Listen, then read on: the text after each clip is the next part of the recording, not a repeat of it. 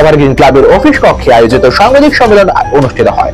মূলত গতকাল Khowai Subhash park evergreen ক্লাবের অন্তর্গত কালীবাড়ির পুকুর তলিয়ে যাবার পথে এক ব্যক্তির বাড়ি অভিযোগ করে পরিবারের তরফ থেকে। এরই পরিপ্রেক্ষিতে আজ সাংবাদিক সম্মেলনটি আয়োজিত হয়। এদিন সাংবাদিক সম্মেলনে ক্লাবের সম্পাদক, সভাপতি সহ ক্লাব সদস্যরা উপস্থিত ছিলেন। খোয়াই সুভাষ পার্ক কালীবাড়ি এভারগ্রিন ক্লাবের পক্ষ থেকে একটা বিষয় নিয়ে আমরা সাংবাদিক ভাই বন্ধুদের দেখেছি।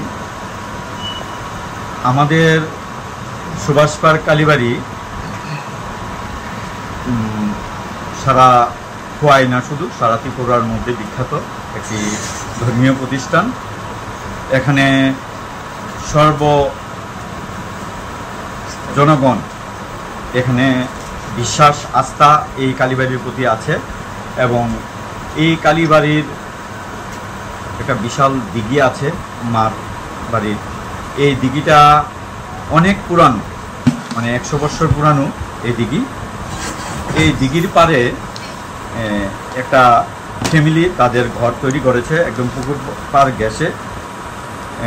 ওর ঘরটা ইদানিং সেটা ভেঙে যাচ্ছে, বন্যায় ভেঙে যাচ্ছে এবং এটা ভেঙে যাচ্ছে যে দীর্ঘদিন ধরে একটু ফাটল দেখা দিয়েছে এবং তারা আমাদের ক্লাবের কর্তৃপক্ষের কাছে এসেছে যে কি করা যায় তার জন্য।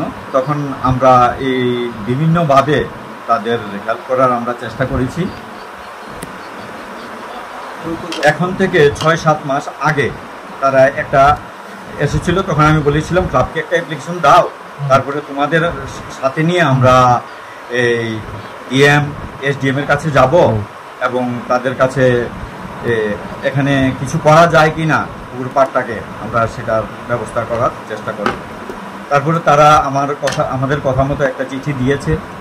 সেই চিঠিটা নিয়ে আমরার পক্ষ থেকে আরেকটা চিঠি লেখে যৌথভাবে এই কালীবাড়ির যে পুকুর পাড়ের বাসিন্দা কি জানি সমরশীল, ওনাকে সাথে নিয়ে আমরা ক্লাব কর্তৃপক্ষ এসডিএম এর কাছে গিয়েছিলাম।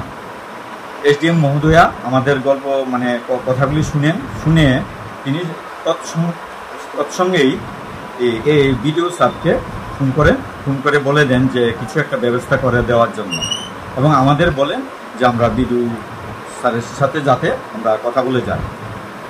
সঙ্গে সঙ্গে আমরা ক্লাব কর্তৃপক্ষ এবং ওনাকে সঙ্গে নিয়ে বিডিও স্যারের সঙ্গে কথা বলি। বিডিও স্যার আমাদের কথায় সাড়া দিয়ে 2জন পঞ্চায়েতের লোককে এখানে, তহসিলদার লোককে এখানে পাঠিয়ে দেন এবং সঙ্গে সঙ্গে তারা বাঁশের হানা স্যাংশনের ব্যবস্থা করেন। কিন্তু এই সমরশীল ওর পরিবার তাদের জানিয়ে দেয় যে এখানে বাঁশের হানা দিতে পারবে না, দিতে হলে পাকা ওয়াল দিতে হবে, হ্যাঁ, না হলে বাঁশের হানা দিতে দেবে না।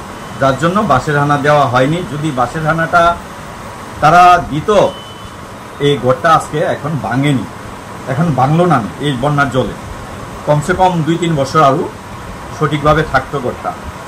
আমরা চেষ্টা করেছি, তারপরেও আমাদের নেতৃস্থানীয়দের কাছেও গিয়েছি। আমি 2-3 দিন আগে আমাদের ক্লাবকে তারা জানিয়েছে ঘরটা তো অনেক ফেটে গেছে। তখন আমরা গিয়েছি ক্লাব তরফ থেকে, গিয়ে আমরা দেখেছি। তোর সঙ্গে আমরা নেতৃত্বদের সঙ্গে কথা বলেছি, তারা বলেছে যে পঞ্চায়েত গঠন হোক, পঞ্চায়েত সমিতি গঠন হলে তাদের জন্য কিছু একটা ব্যবস্থা করবে। হ্যাঁ, তার মধ্যেই দেখলাম গতকাল ইলেকট্রিক মিডিয়াতে এবং সংবাদপত্রে তাদের তরফ থেকে একতরফা ক্লাবকে দোষী সাব্যস্ত করে তারা নালিশ করেছে। কিন্তু বাস্তবত এই পুকুরটা 100 বছর পুরানো পুকুর, এটা অনেক আগের, এটা মাতা বাড়ির পুকুর, মার পুকুর। আর তাদের বাড়িটা হয়েছে মাত্র 10 বছর হয়েছে, 10-12 বছর হয়েছে। সেই পুকুরটা যদি তারা বুঝে শুনে করতো, পুকুর পাড়ে তো সাধারণত কেউ ঘর করে না, করলে সেইভাবেই আরসিসি পিলার দিয়ে তারপরে মজবুত করে। তারা এমনভাবেই করেছে যে তারা মানে এটা যখন করেছে তখনই সবাই বলেছে এটা তো 2 দিন পরে ভেঙে পড়ে যাবে।